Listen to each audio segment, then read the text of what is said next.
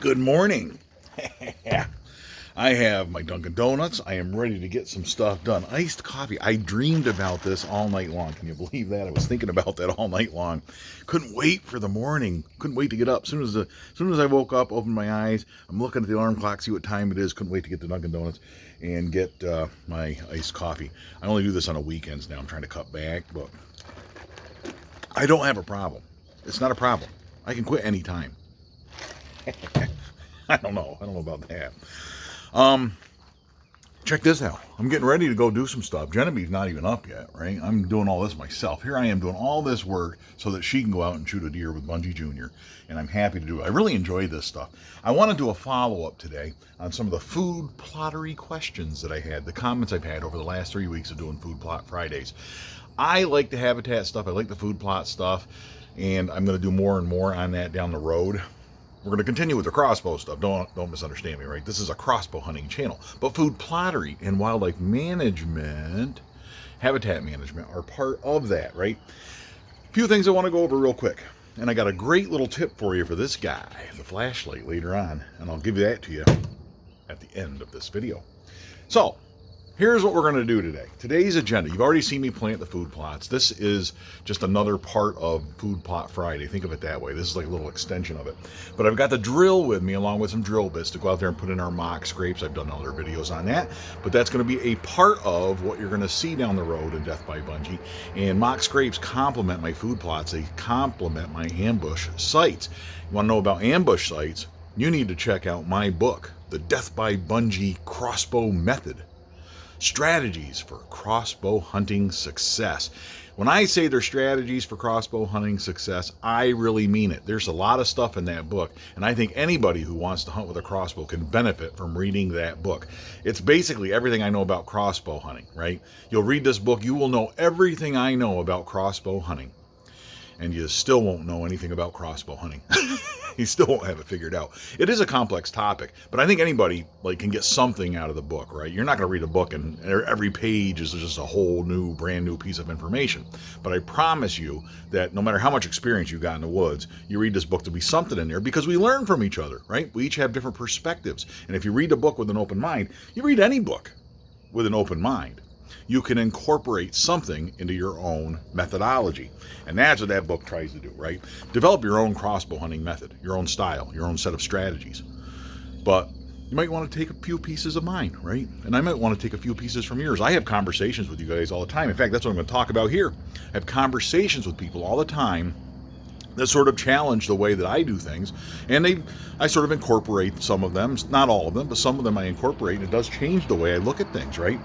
So here we got, the first question was, Rich, you're hacking squirts. Remember the hacking and squirting that killed the trees there in the ridge staging food plot to open up the canopy and to allow more sunlight to reach the forest floor and allow my food plot seeds to get a little bit more sunlight and grow, and allowed some more of that moisture to not go to those trees, but the moisture in the soil instead to nourish and help the nutrients get to and the moisture get to my food plot seeds and some of the wild forbs and, undergrowth, the understory.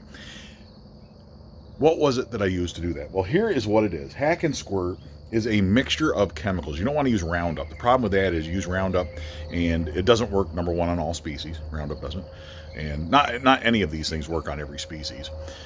The other problem with Roundup is it might kill the trees next to it because it goes down to the root, attacks the root of the plant, kills the plant, right? The problem with Roundup is that it will kill another tree right next to it because these trees share roots. They end up getting all intertwined under the ground. So to avoid killing the non-target trees, in other words, trees that you don't want to kill, you only want to use a chemical concoction that will address just that tree and just that species. So the two that I've got, I'm going to show you these. I'm going to set this dude down, and hopefully that's going to work. Load up the truck here, I'm going to show you these two chemicals that are making this up. Now what I just got a squirt bottle, and I wrote right on here for T, H2O, and I. H2O is water. T stands for Triclopyr. Ooh, this stuff is heavy duty. It is heavy. This is big old 2 gallons of it or something like that. That will do in all honesty, it's expensive stuff, but it will do the entire Kingdom of Bunjie. I'm not going to have to go back and look for more of it, right? This stuff, 2.5 gallons right there, that stuff will last me. That's all I'm ever going to have to buy of that product. It will do the entire property, right?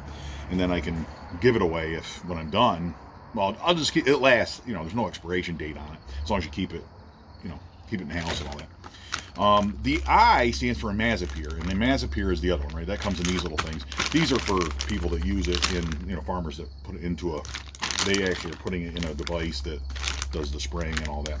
But I keep them in here, and I got 2 of these things because it's approximately the right ratio. When I mix it, I didn't make this up, okay? I got this from the Quality Deer Management Association, QDMA. Great organization, follow them. I think they have a new name now, but they have a video on here back when they were called QDMA, and you can go to that and you can watch that video, and it explains the entire process. I just sort of took their graphic, right, and drew it on here with a Sharpie so that I know when I fill these up. I take the bottle of tea, the big bottle of tea, and fill it up to here. That's like 40% of this, from here down, that's 40% of this. Then you add this much water, right, out of the hose right here, and then I'm going to shake it up good. And when it's all shaked up, all shaken nice, then I'm going to add the last 10% of the Imazapyr, and then shake that up. If you don't do it in this order, you don't shake those up, the problem is the Imazapyr, when you add that and Triclopyr kind of don't get along, and they turn into this like pink gelatinous foamy mixture that won't come out the hose, right? Won't come out the nozzle. But you shake it and get it to come out. But it's a lot easier if you add the water in this order, shake it good, and then add the Imazapyr to the shaken mixture, that combination. And it doesn't seem to, then when you get to, then you just got to keep shaking it when you're using it. But you go through there, you hack, spray, hack, spray. I actually don't spray the hatchet. Some guys do to get that stuff in there, but I go through a bottle of this every once in a while when I'm out there. I take it with me every time I go to the woods, and I go through a bottle of this in like 2 sessions, so to speak. But it'll do like 20 trees, this bottle will. And it takes a couple of weeks to start killing the leaves and all that stuff. But next year, here's the key with this stuff, right? None of this stuff is instantaneous. All of this stuff, the way to look at it is what's going to happen next year, right? We're looking for a longer term goal.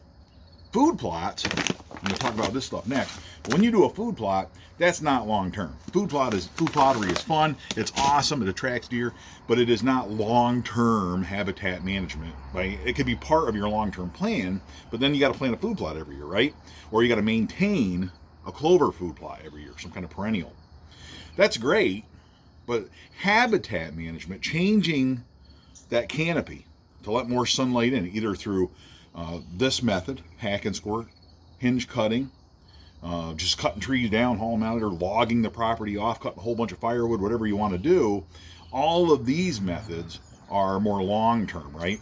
And I think you need both. I like to do both, right? To really make that property give you all it can, provide all that it can for the deer and other wildlife, but also give you the maximum crossbow hunting success and opportunity.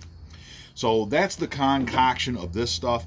I don't spray the hatchet. What I was saying is I make the little insertion in the tree, spray it, let it lay in there, go around the tree, and I'll whack a tree good 3 spots, right, every 4 inches or something around the trunk, spray it, and then I go to the next tree.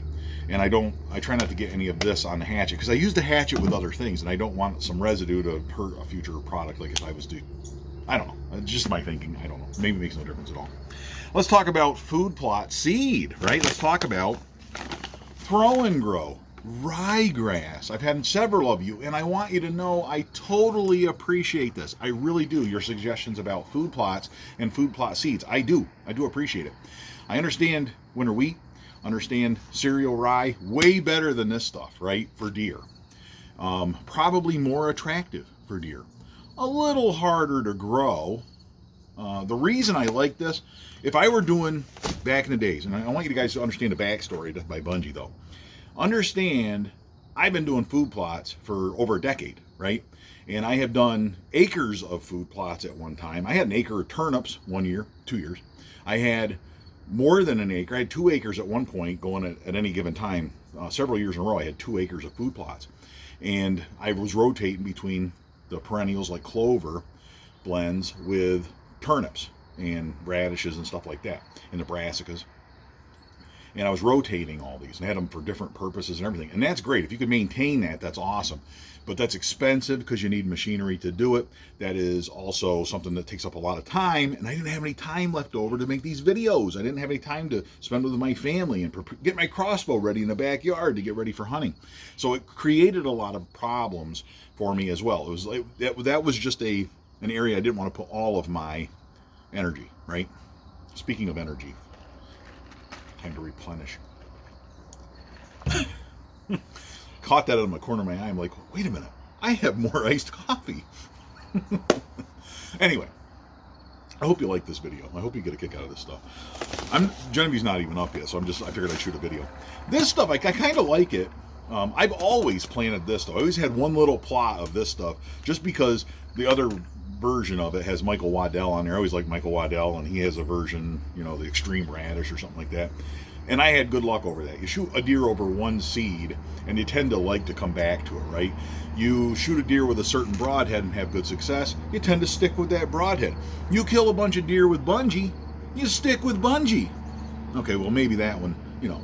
You upgrade to another Bunjie family member, right? Something like that. You get what I'm saying. This stuff, I really have had good success with this stuff. I have literally grown this on a stump. Like, I threw it, broadcasted the 1 year, and it grew in a ridge staging food plot with no sunlight. There was no the canopy was really closed back then, and it still grew everywhere. And deer, I've shot deer over it, had no problem shooting deer over it. Last year, that thing was the only green thing in the woods, and I think it makes a big difference. That makes a big difference. If I open up the canopy with my hacking and spraying, right, down the road, there's going to be a little bit of browse everywhere throughout that upper lot. That will make this less attractive. You understand? Because they'll have other food options. Someday my oaks that I planted up there, if I open up the canopy enough, those oaks will get enough sunlight to where they can flourish and drop acorns. This will not compete with acorns. This won't compete with a 100-acre field of soybeans. This won't compete with the neighbor's corn. But the neighbors didn't plant corn this year. They didn't plant it last year.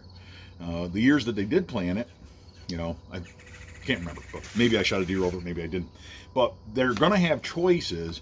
And even if this is not the first choice, it's going to be a choice. Like, eventually they're going to come in and eat this, right? Especially as the season drags on. This stuff stays green all the way to January until they eat it all, until it's gone. And then the next year, it's bad because it grows up. If it regenerates, it grows back as ryegrass, and nobody wants that stuff. When it tassels out, it's no good to deer. They don't eat it, whatever. They're not interested in it. So then I just spray it and plant clover, or spray it and plant the next batch, or whatever we're going to do.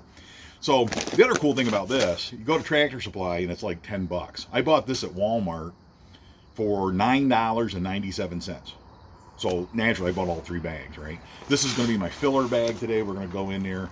I've already planted the other bags. Everything's planned. I'm just going to go through there and broadcast the last remaining little bits and morsels here, fill in the gaps, and make sure that it is a nice, perfectly nice, little, evenly distributed seed bed. It rained all week, so I'm thinking our seed from last week really, really is going to pop. Can't wait. Can't wait to see it. My last little tip. I want to show you this dude right here. Remember these? When I was a kid, if you had one of these, you had it made. You could go fishing later at night, turn this thing on, shine it, and it was real bright compared to your other flashlights because it was a real big thing and it had a big battery, and it was really cool. And today these are junk. This is junk. Throw these away. But don't throw them away. So this is what I do, right? This part, the problem with these is ever since we got LEDs, these things just don't compete, right? You can get a tiny little little flashlight that takes AA batteries or AAA batteries that's 10 times brighter than this thing, 100 times brighter than this thing, and doesn't have the giant 6-volt. Like, this is just junk. Throw that stuff away. That goes away. But save this. Man, is this thing perfect. It's not perfect as a flashlight. It is junk as a flashlight. This is a perfect way to spread lime, pelletized lime, or probably even the ag lime. This is a perfect way to spread fertilizer on your small plots, right? And I only do the small plots now because I don't have tractors and all the other stuff. I have to do all the stuff by hand. And this is a perfect way even to spread salt in the winter on your sidewalks, right? These things are awesome. They scoop right up. They're not corrosive. They resist corrosion because they're plastic. You know, even got a button here that serves no purpose. These things are such terrible flashlights. My dad used to joke that it's so dim that you have to get another flashlight to turn to see if it's on or not. That's pretty funny. Save these things though. These things are awesome. So, and get rid of these. Throw these out. These are junk. Well, I hope you got a kick out of that. That's a quick little video. It's not the video that I expected to release today for Crossbow Appreciation Month. I actually expected to release another video. I'm starting accuracy this week. You're going to have a series of videos about accuracy coming your way, and I hope you get a kick out of those. I'm going to show you the last little thing. Last little surprise here. What on earth does this ladder have to do with food plots? You'll have to wait till Food Plot Friday, our final Food Plot Friday. We're going to shoot that today, release it next Friday here on YouTube for Crossbow Appreciation Month. Food Plot Friday, you'll get to see what this ladder has to do with food plots. It's not a real big deal, but it's kind of cool. So I hope you get a kick out of that. Until then, and until next time, all hail Bunjie.